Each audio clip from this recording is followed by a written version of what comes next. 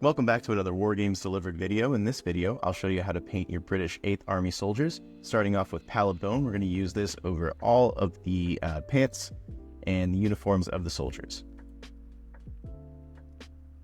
We're going to be using all speed paints in this video, so make sure that your brush is loaded pretty well with the paint here, especially on these lighter colors like the Pallid Bone. And for the Commonwealth soldier helmets, we'll also use Pallid Bone. As always, when you're planning on using speed paints for the entire model, make sure to be very careful around all the other unpainted areas.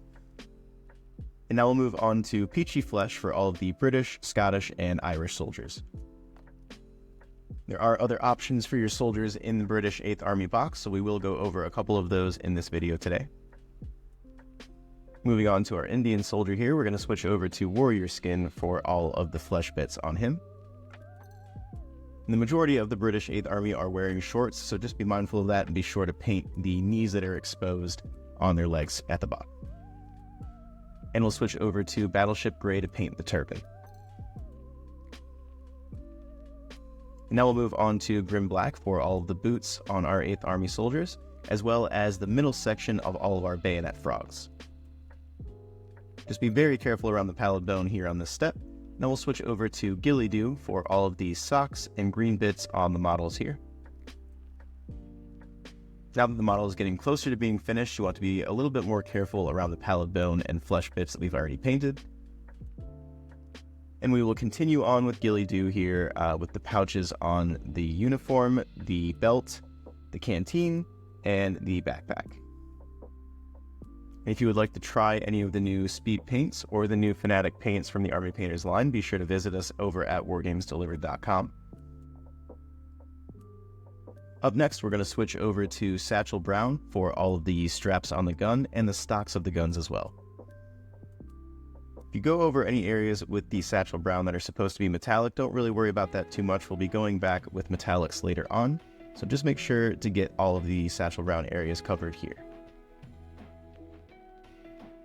If you'd like a bit of variation between the stocks of the guns and the straps, you can go ahead and use Ruddy Fur on one of those areas instead of Satchel Brown on both. And now we're going to switch over to Plate Mail Metal from the new Fanatic paint line for all of the metallic bits of the guns. Since we're starting with such a light base coat with the bright white here, you can use 2 coats to get a nice even color of the Plate Mail Metal. Just be very careful around the brown areas that we've already painted with the speed paints. If you do make any mistakes, just go back with a light gray or a white and let that dry, and then paint back over that with the oak brown again. Real quick here, we're going to switch over to weapon bronze for the whistle of the sergeant.